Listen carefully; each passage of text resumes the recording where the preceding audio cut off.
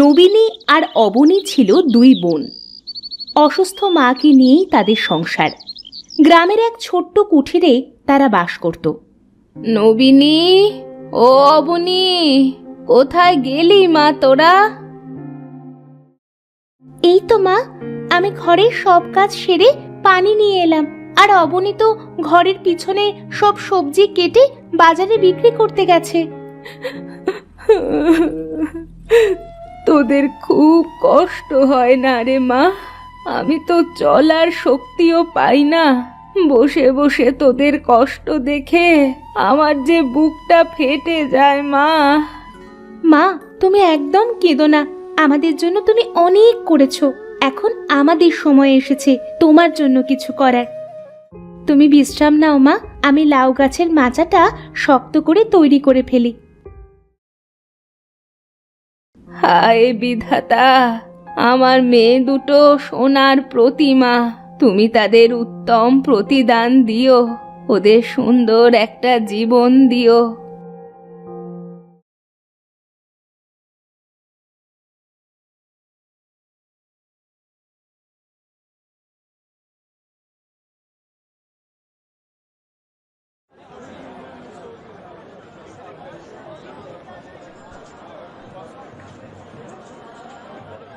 আজ বড্ড দেরি হয়ে গেল। নবীনী হয়তো একা একা কাজ সামলাতে হিমশিম খাচ্ছে। দ্রুত যেতে হবে। তখন রফিক মিয়া পিছে থেকে অবনীকে ডাকতে শুরু করলো। অবনী, এই অবনী। রফিক কাকা, সব ঠিক আছে তো? আপনি আমাকে ডাকছেন যে? এই আমার কলা বাগানে কিছু কলার চারা লাগাতে হবে, বুঝলি? তুই যদি লাগিয়ে দিস তবে তোকে 20 টাকা দেব। 20 টাকা? আচ্ছা, আমি বাড়িতে আমার বাজারের থলে রেখে এসেই আপনার বাগানে যাচ্ছি। ধন্যবাদ কাকা, আপনি অনেক উপকার করলেন। অবনী চলে গেল।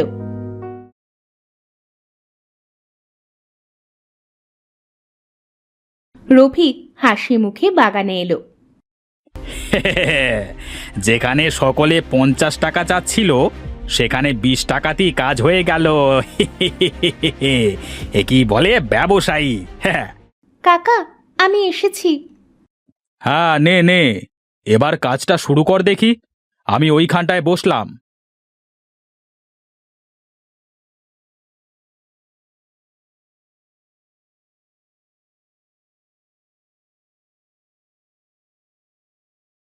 অবনী একে একে সব কয়টি কলা গাছ লাগিয়ে ফেলল, কিন্তু একটা আধমরা কলা গাছ বেঁচে গেল। কাকা, আমি সব গাছ লাগিয়ে দিয়েছি, কিন্তু এইটা কি করব? এ তো প্রায় মরে যাচ্ছে। আরে ওটাকে ছুঁড়ে ফেলে দে, ওটা আমার বাগানে থাকলে বাকি গাছগুলো মরে যাবে। আমি তাহলে এটা নেব? আমি এটা আমার বাগানের এক কোণে পুঁতে দেব, যদি বাঁচাতে পারি। তা বেশ, নিয়ে যা এই আপদ। আর এই নে তোর 20 টাকা। আমিও যাই, বাগানের মালিককে সবটা বুঝিয়ে দিয়ে আসি। কলা গাছ আর টাকা পেয়ে অবনী খুব খুশি হলো। সে খুশি মনে ঘরে ফিরে এলো।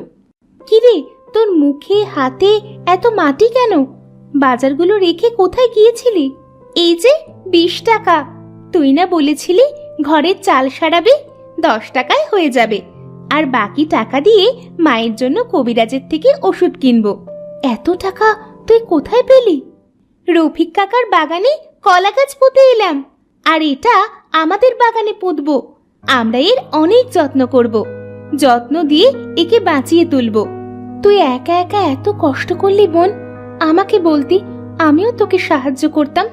তুই তো লাউ মাচা তৈরি করছিলি। চল এখন একে বাগানে লাগিয়ে আসি। তুই যা, গাছটাকে সুন্দর করে লাগিয়ে একটা ডুব দিয়ে আয়। আমি তোর খাবার বাড়ছি।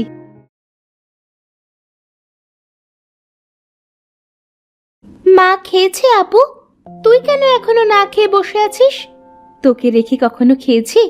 তাড়াতাড়ি খা, সব জুড়িয়ে গেল। পান্তা আর পেঁয়াজ, এর আবার জুড়ানো কি?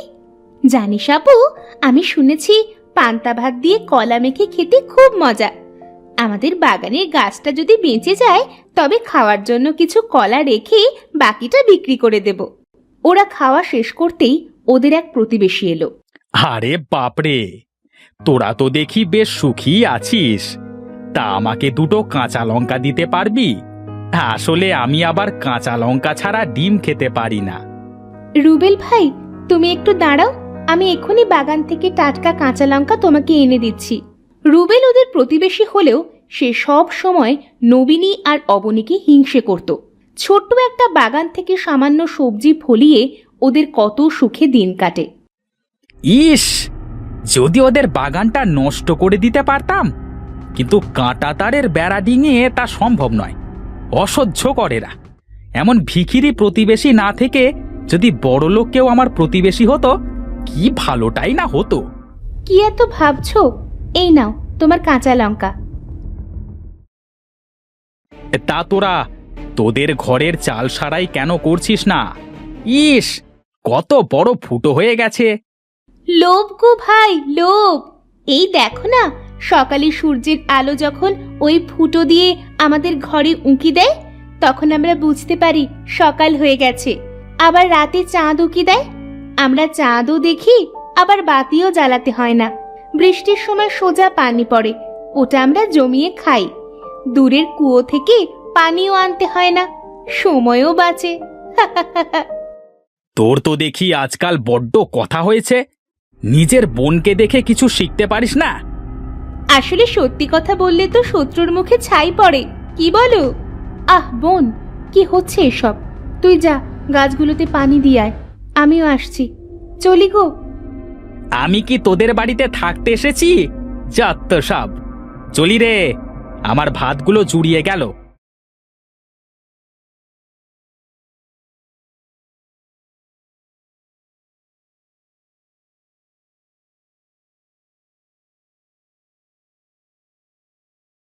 দুই বোনের যত্নে ধীরে ধীরে কলা গাছ বড় হয়ে গেল। ওরা ওদের সুখ দুঃখ সব কলা গাছের সাথে ভাগ করে নিত। কলা গাছও যেন পাতা দুলিয়ে ওদের সব কথা শুনত।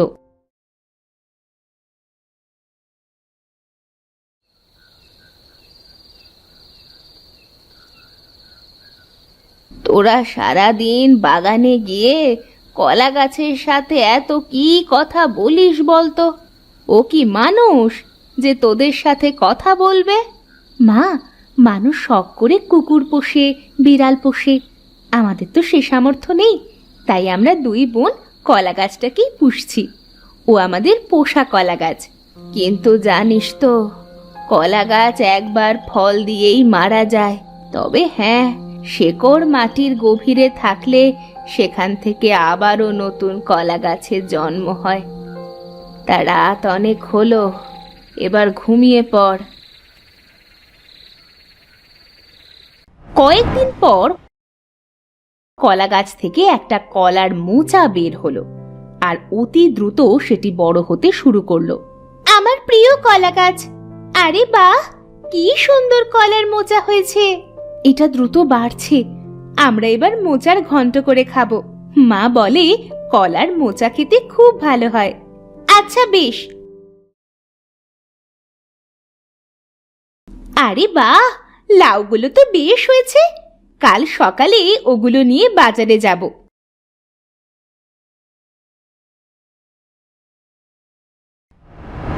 পরদিন সকালে ওরা কলার বাগানে এসে বেশ অবাক হলো।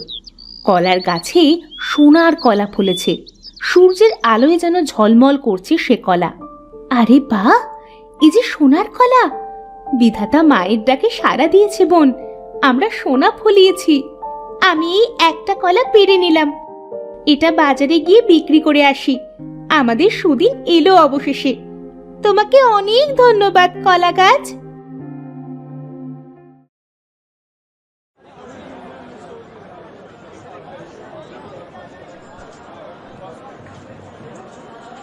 অবনী বাজারে গিয়ে কলা বিক্রি করলো, অনেক টাকা পেল। ওরা ওদের বাড়িটা সারিয়ে নিল, ওরা নতুন পোশাক কিনলো, সুখে দিন কাটাতে শুরু করলো। কিন্তু ওদের সুখ দেখে রুবেলের আরো হিংসে হতে শুরু করলো। এদের এত সুখের দিন এলো কেমন করে? কয়েকদিন আগেও তো নুন আনতে পান্তা ফুরুতো। না না, এদের উপর নজর রাখতে হবে। সেদিন থেকে রুবেল লুকিয়ে ওদের ওপর নজর রাখতে শুরু করলো। অবনী সেদিন কলা গাছের সাথে কি সব বলে সোনার কলা পেড়ে নিয়ে এলো আর বাজারে চলে গেল। ও, তার মানে এই কলা গাছই ওদের সাহায্য করছে। না না, এভাবে তো চলতে পারে না। ওরা আমার চেয়ে ধনী হতে পারে না। এই কথায় বলে আঙুল ফুলে কলা গাছ, এদের তো সবটাই কলা গাছ। এদের মজা তো এবার আমি দেখিয়েই ছাড়বো।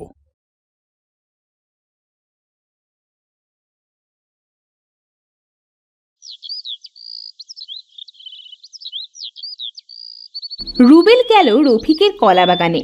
রফিক সেখানে খুব খুশি ছিল। হ্যাঁ, অবনীর হাতে জাদু আছে। এবার আমার কলার বাম্পার ফলন হয়েছে। এবার ওকে 30 টাকা দিয়ে আবারও কাজ করিয়ে নেব। আরে রুবেল, তুমি এখানে?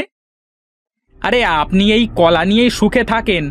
ওদিকে আপনার মরা কলা গাছ লাগিয়ে সোনার কলা বিক্রি করে নবনী আর অবনী তো গ্রামের সকলের চেয়ে ধনী হয়ে যাচ্ছে। আপনি এখনই যান আর আপনার সোনার কলা গাছটা নিয়ে আসুন। কি সোনার কলা গাছ? আমি এক্ষুনি যাচ্ছি। আমাকে ধোঁকা দেওয়া?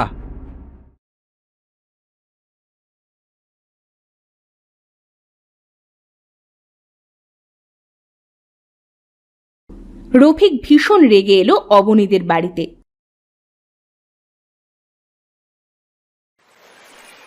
অবনী আর নবীনী তখন ওদের কলা গাছের যত্ন নিচ্ছিল। ওদের মাও ওদের সাথেই বাগানে বসেছিল। তোরা কাজ কর, আমি রান্নাটা সেরে নিচ্ছি। না মা, আমরাই রান্না করে নেব, তুমি বিশ্রাম নাও। আমি তো সুস্থ হয়ে গিয়েছি, এখন আর শুয়ে বসে ভালো লাগে না। কলা গাছের আগাছাগুলো আমি পরিষ্কার করে দিয়েছি, আর এই যে পানি দিয়ে দিলাম। এমন করি তো আমার সব সুখে তুই পানি দিয়ে দিয়েছিস অবনী। তোরা সৎ আর নির্লোভী জেনেই তোকে বাগানে কাজ দিয়েছিলাম। আর আমার বাগানের সোনার কলা গাছটাই তুই হাতিয়ে নিলি। দে, আমার কলা গাছ আমাকে ফেরত দে। না না, ওকে আপনি নিয়ে যাবেন না, ও যে আমার পোষা কলা গাছ। না, তোর আর কোনো কথা আমি শুনবো না। ওটা আমার কলা গাছ, আমি তো আজ ওকে নিয়ে যাবই।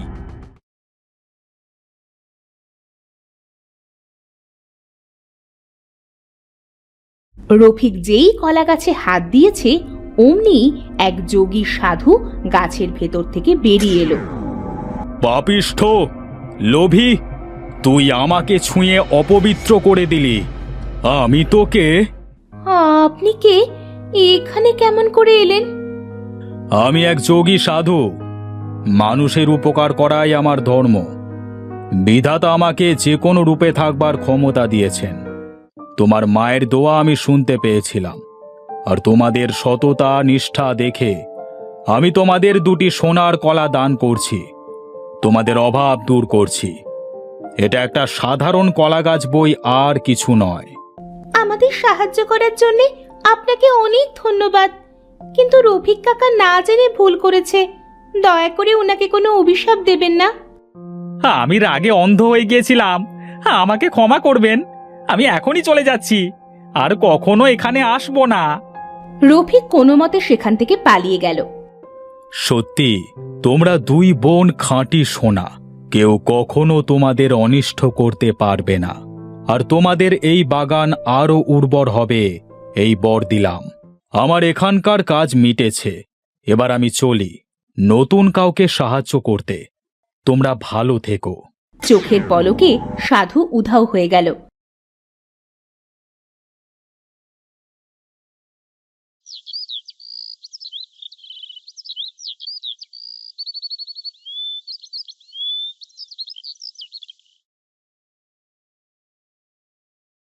আর সাধুর বর পেয়ে অবনী আর নবীনী তাদের বাগানে অনেক সবজি চাষ করত।